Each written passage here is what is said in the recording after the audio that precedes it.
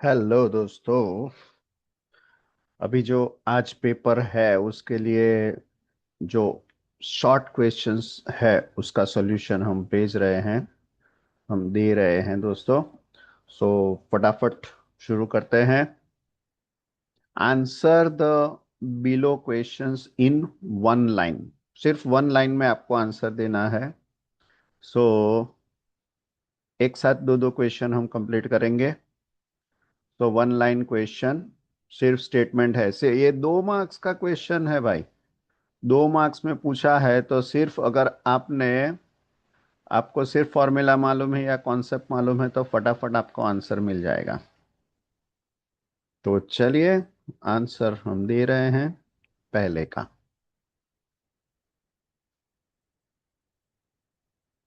देखो, first question जो है, फर्स्ट का answer, answer A. So Y is equal to 1/5x - 2। This is given to you, then find Y N. अभी Y N find करने के लिए पहले मैं फॉर्मूला यहाँ पे नीचे लिखता हूं। तो y इक्वल टू फॉर्मूला ये है 1/ax + b, ये टाइप का एक्सप्रेशन है। तो y n मतलब nth डेरिवेटिव का फॉर्मूला ये है -1/n n factorial a/n upon ax + b to the power n+1। ये फॉर्मूला है, तो यहाँ पर सेम फॉर्मूला हम लगाएंगे। तो Y N is equal to A की वैल्यू यहाँ पे 5 है, -1/n तो रहेगा ही रहेगा, एन फैक्टोरियल भी रहेगा ही रहेगा, ए की वैल्यू 5 है तो ये आएगा 5/n डिवाइडेड बाय, ये आ जाएगा 5x - 2 to the power n+1। Answer खत्म। Now second question, B question में जो है उसमें क्या दिया है, प्रूव दैट एलएमवीटी, एलएमवीटी मतलब लाग्रांजिस मीन वैल्यू थियरम। एलएमवीटी का स्टेटमेंट आपको याद होना चाहिए। तो एलएमवीटी का स्टेटमेंट क्या है, function F is continuous, F is differentiable, then there exist C belongs to open interval A B such that F B minus F A upon B minus A is equal to F dash C.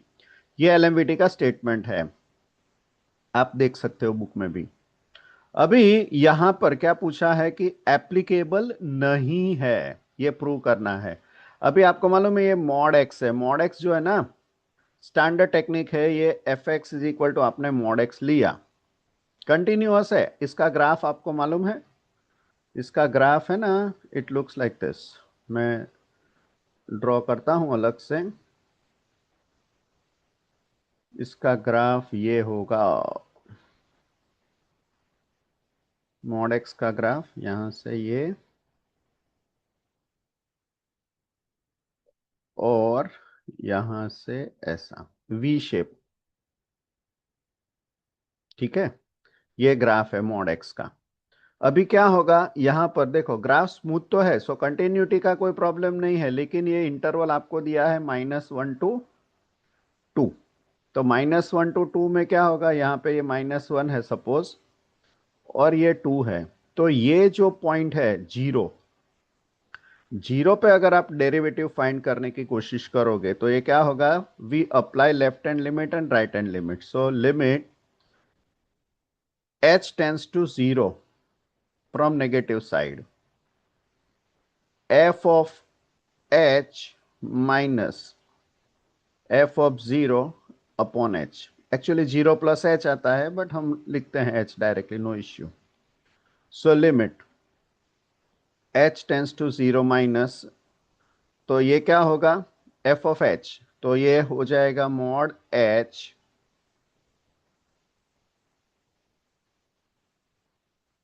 Minus f(0). So f(0) क्या होगा, 0 divided by h। Now this is equal to limit h tends to 0 from negative side, it is mod h upon h। Now you know that ये जो negative side से जा रहा है तो इसका मतलब ये है कि ये जो h की वैल्यू है वो मॉड में है तो माइनस करना पड़ेगा।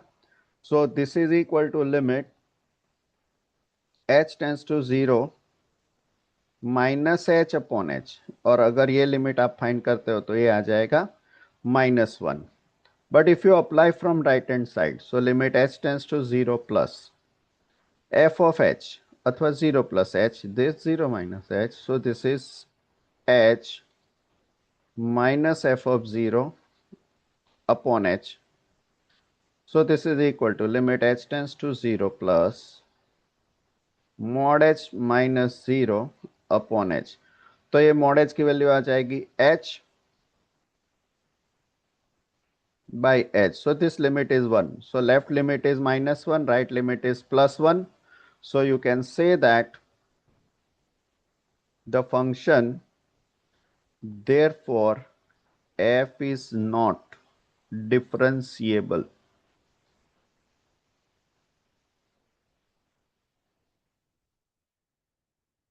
at 0, और 0 जो है वो -1 to 1 और 2 में है. So therefore you can say that LMVT is not applicable.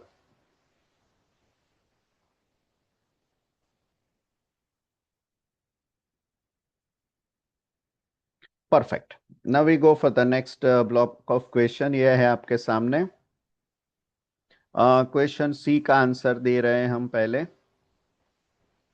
So question सी में आपको प्रूव करना क्या है? You want to prove that the function x plus cos x is increasing on every interval. You want to prove this. तो देखिए उसका proof बहुत easy है दोस्तों. इंक्रीजिंग डिक्रीजिंग का कॉन्सेप्ट थोड़ा अगर आपको याद है तो ठीक है, नहीं तो मैं आपको रिकॉल करा देता हूं. एफ एक्स पहले फंक्शन लिखने का, F X is equal to it is X plus cos X. अभी डेरिवेटिव फाइंड करते हैं इसका. So F dash X, so derivative इसका क्या होगा 1, और कॉस का डेरिवेटिव क्या होगा 1, कॉस का डेरिवेटिव होगा माइनस साइन एक्स. अभी आपको मालूम है साइन एक्स की जो वैल्यू है वो तो लेस देन इक्वल टू 1 ही होगा हमेशा. तो 1 माइनस साइन एक्स जो है, it this quantity is always greater than और equal to 0, because you can say that mod of sin x is always less than equal to 1. तो sin x less than equal to 1 है तो 1 minus sine X जो है वो हमेशा greater than equal to 0 ही होगा. And this is true for all x. तो इसका मतलब क्या होगा? ऑल x कहां पर belongs to r. So derivative जिसकी पॉजिटिव है, ग्रेटर देन इक्वल टू 0 है, तो क्या होगा? Function is increasing, therefore f is increasing in every interval.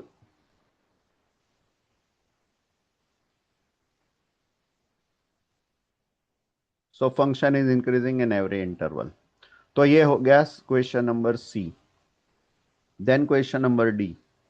Question number D में आपको क्या फाइंड करना है? Find the value of this 10x minus X, और ये limit x tends to 0 X square 10x का. सो ये एल हॉस्पिटल का क्वेश्चन है. So limit x tends to 0, L'Hopital में क्या आता है? डेरिवेटिव बाय डेरिवेटिव करना होता है 10x minus X upon x square 10x. तो व्हेन यू अप्लाई 0 तो ये क्या होगा? 10 0 0, तो ये 0 बाई 0 फॉर्म आ गया. सो बाय एल हॉस्पिटल रूल आपको क्या करना पड़ेगा? लेकिन उसके पहले एक स्टेप और आपको करना पड़ेगा, बिकॉज 10x यहाँ पर है. तो 10x के लिए आपको ये करना पड़ेगा x टेंस टू 0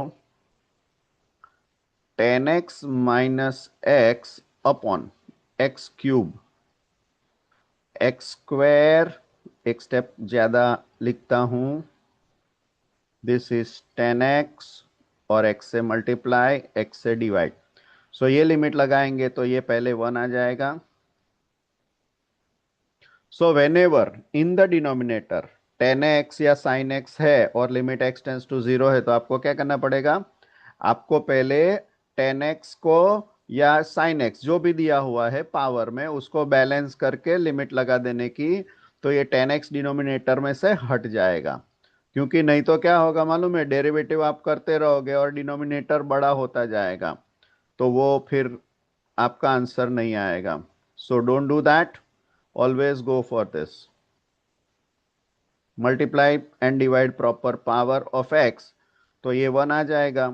अभी आपको derivative by derivative L hospital rule apply करने का है। तो ये लिमिट आ जाएगी 1 और ये 0/0। Then we go for by L hospital rule. So limit ये है ना, एक्चुअली थोड़ा बड़ा क्वेश्चन है, तो शायद 3-4 मार्क्स में भी पूछ सकते हैं। 10x का डेरिवेटिव आ जाएगा sec²x, इसका आ जाएगा -1 divided by 3x²। Perfect. So derivative by derivative, now you know that 1 + tan² theta is sec² theta. तो sec² थीटा -1, इसको इधर शिफ्ट करोगे तो आपको मिल जाएगा tan² थीटा। तो यहाँ पे क्या करेंगे, ये जो sec² x -1 है उसके बदले में हम लिखेंगे tan² x बाय, इसको 3 को सेपरेट कर देते हैं x²। तो ये जो लिमिट है वो लिमिट आ जाएगी आपकी 1। सो 1/3 into 1, so final answer is 1/3। Perfect. Next जो क्वेश्चन है वो डायरेक्ट क्वेश्चन है, state the power series expansion of sine x. ठीक है, तो ये बुक में आपको मिल जाएगा। और state L hospital rule for indeterminate form 0/0। तो इनडिटर्मिनेट फॉर्म 0/0 का एल हॉस्पिटल रूल चाहिए, तो एक्चुअली ये ऐसा होता है, x tends to 0 fx by gx is equal to l। अगर ये limit, let us take, instead of 0 we take a, so x tends to a, fx is equal to 0, and limit x tends to a,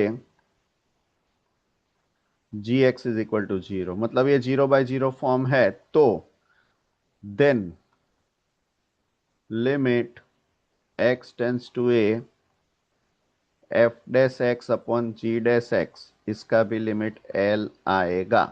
और ये reverse भी सही है। So this is L hospital rule. Perfect. Then F हो गया। Now we go for the next block of questions. देखिए, ये ना 10-12 मार्क्स में पूछा गया है क्वेश्चंस, तो ये ध्यान में रखना।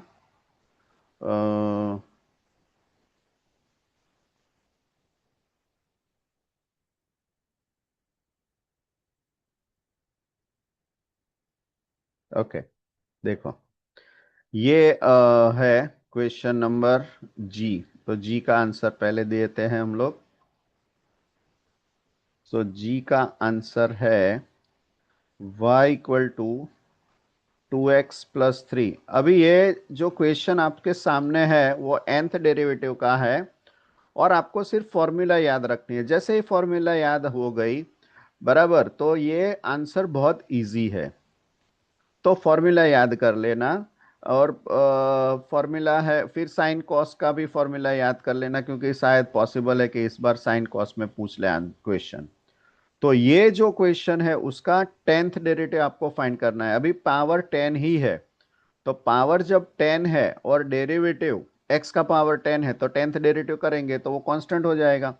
सो y10 डायरेक्टली अगर आप लिखते हो तो ये आ जाएगा 10 फैक्टोरियल, क्योंकि क्या होगा, अगर y n है और उसका पावर x⁴n है, तो आप क्या करोगे, n x⁴n-1, n-1 x⁴n-2, वो करते करते करते n(n-1) लास्ट में 2 1, ये सब प्रोडक्ट आ जाएगी, तो ये जो है वो n फैक्टोरियल होगा। So here you are getting 10 factorial. Perfect. तो 10 फैक्टोरियल ये हो गया। और ये जो कोएफिशिएंट है वो एवरी टाइम मल्टीप्लाई होगा, क्योंकि ये क्या होगा, देखो 10 2x + 3 का पावर 9 इंटू 2, तो ये 2 निकलेगा, फिर 2² आएगा, फिर 2³ आएगा। तो वैसा करते करते करते 10 फैक्टोरियल, और ये आ जाएगा 2⁻10 एवरी टाइम, बराबर। तो ये है तुम्हारा nth derivative, sorry 10th derivative. लेकिन y10 तो कांस्टेंट मिल गया, तो y11, 12, 13, 14, 15 जितना भी नंबर का डेरिवेटिव आप फाइंड करोगे तो वो कांस्टेंट का डेरिवेटिव 0 ही होगा। अभी ये है h नंबर का क्वेश्चन। सो h नंबर का जो क्वेश्चन है उसमें क्या है, स्टेट द रिडक्शन फॉर्मूला। तो आपको सिर्फ स्टेटमेंट लिखना है। तो इसका स्टेटमेंट बहुत इजी है, 0 to π/2 cos raise to n x d x. इसमें इसका जो स्टेटमेंट है उसमें दो फॉर्म है, आपको याद ऐसे रखना है, n-1/n, n-3/n-2, मतलब अभी 2 का gap, n-1, n-3, n-5 continue कर देने का, बराबर है 2/3 आएगा इंटू 1। कब? If n is odd, odd है ना, तो ये आएगा, लेकिन यहां पर स्टार्टिंग वही होगा, n-1, n-3/n-2 एंड कंटिन्यू 1/2, और लास्ट में π/2 मल्टीप्लाई होगा इफ n इज इवन। एक फॉर्मूला याद रखो, आपको आंसर मिल जाएगा, बराबर है। और 2 मार्क्स। अभी ये है क्वेश्चन नंबर आई, इवेल्युएट करना है ये वाला 0 to ∞ dx। सो यहां पे लिखता हूं मैं h के बाद i, 0 to ∞ dx upon 1 + x² to the power 2। देखिए,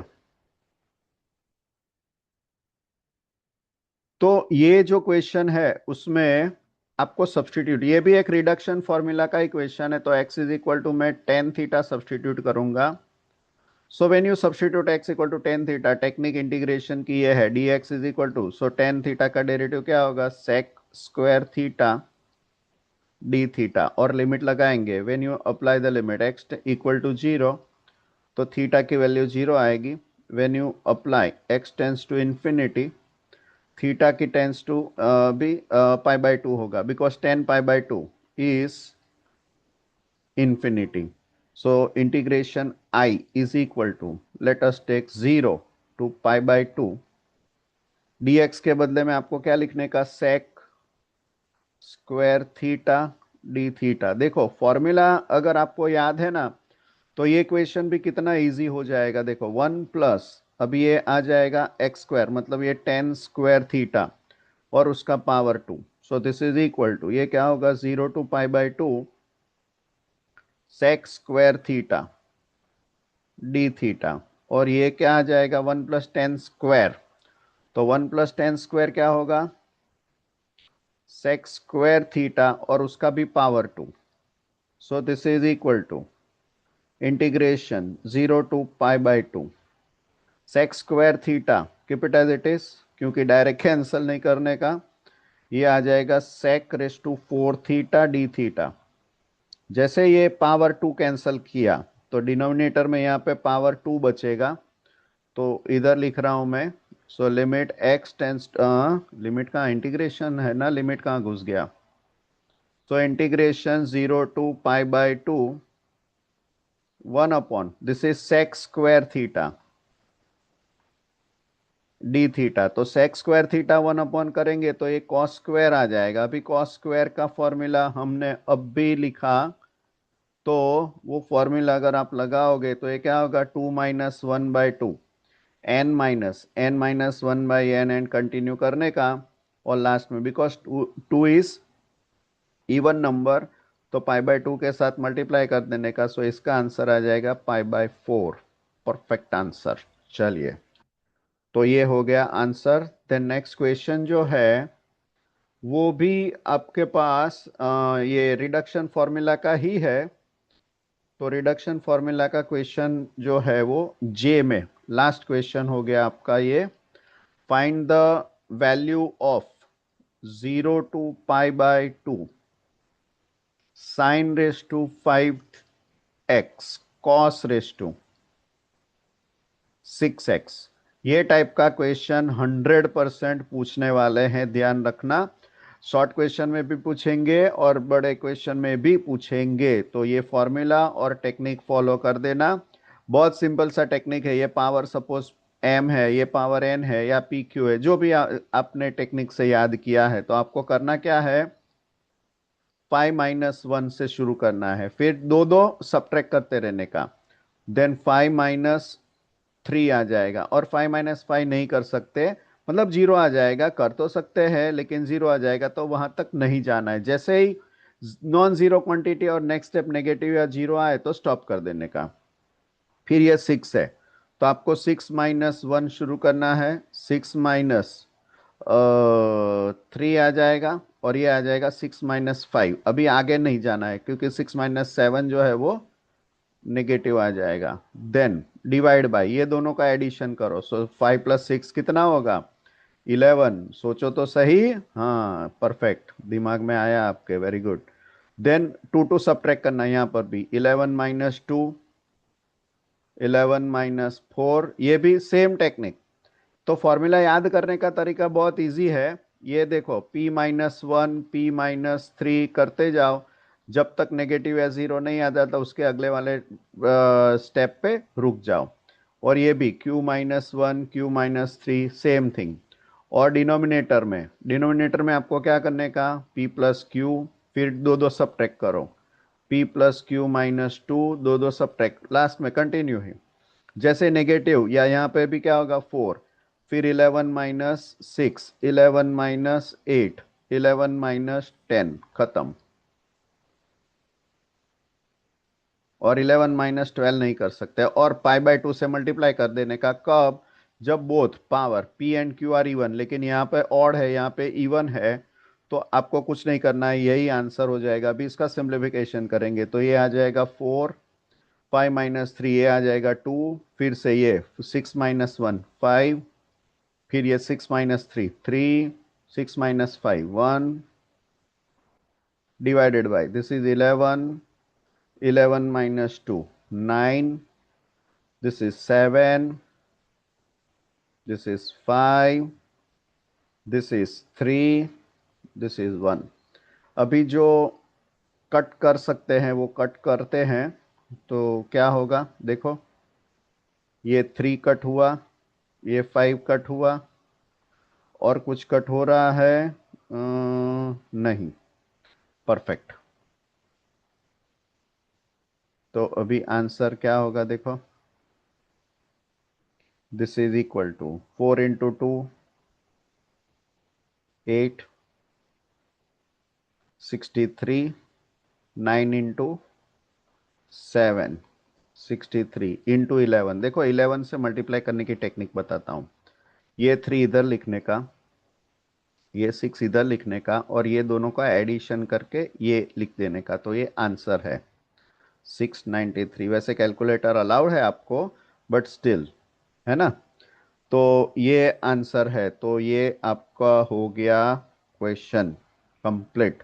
so wishing you best of luck, अच्छी तरह से पेपर देना। और नेक्स्ट सेमेस्टर में जिसको पढ़ने के लिए आना है मुझे कांटेक्ट कर सकता है। मैं इस ये वीडियो के लास्ट में भी मेरा एड्रेस और फ़ोन नंबर रख देता हूँ, साइड में भी आपको दिखेगा। तो जिसको भी इंटरेस्ट है आ जाइए। यहाँ पर कॉलेज के सामने ही है मेहुल क्लासेस, और बहुत अच्छा परफॉर्म करेंगे आप सब जैसे ही आप ज्वाइन करते हो। ठीक है, आपको क्या है, चैट जीपीटी या जेमिनाई ये सब यूज़ करने की ज़रूरत नहीं पड़ेगी। आपका जेमिनाई और चैट जीपीटी मैं बन जाऊंगा आपके लिए, तो आपकी कैरियर भी मस्त हो जाएगी। ठीक है, चलिए तो स्टॉप करते हैं।